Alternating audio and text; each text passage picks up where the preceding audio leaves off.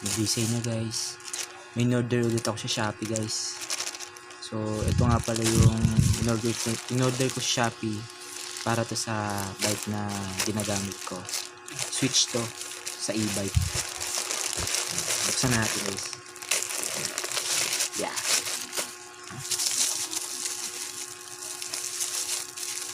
Para tong ano guys breaker.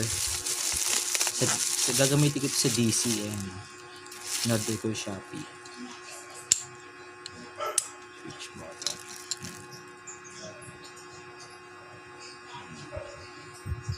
Bali 50 amperes siya.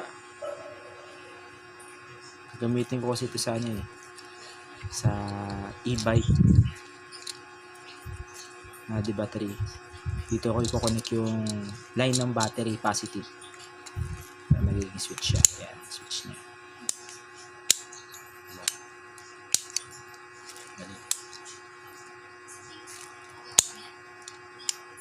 Susubukan ko ito sa e-bike diba?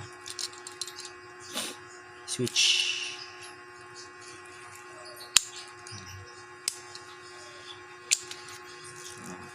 Susubukan ko ito sa bike na ginagamit ko. Bali yung bike nga pala yung gamit ko guys, yung DIY ko lang guys, yung bike na kinonvert ko sa e-bike.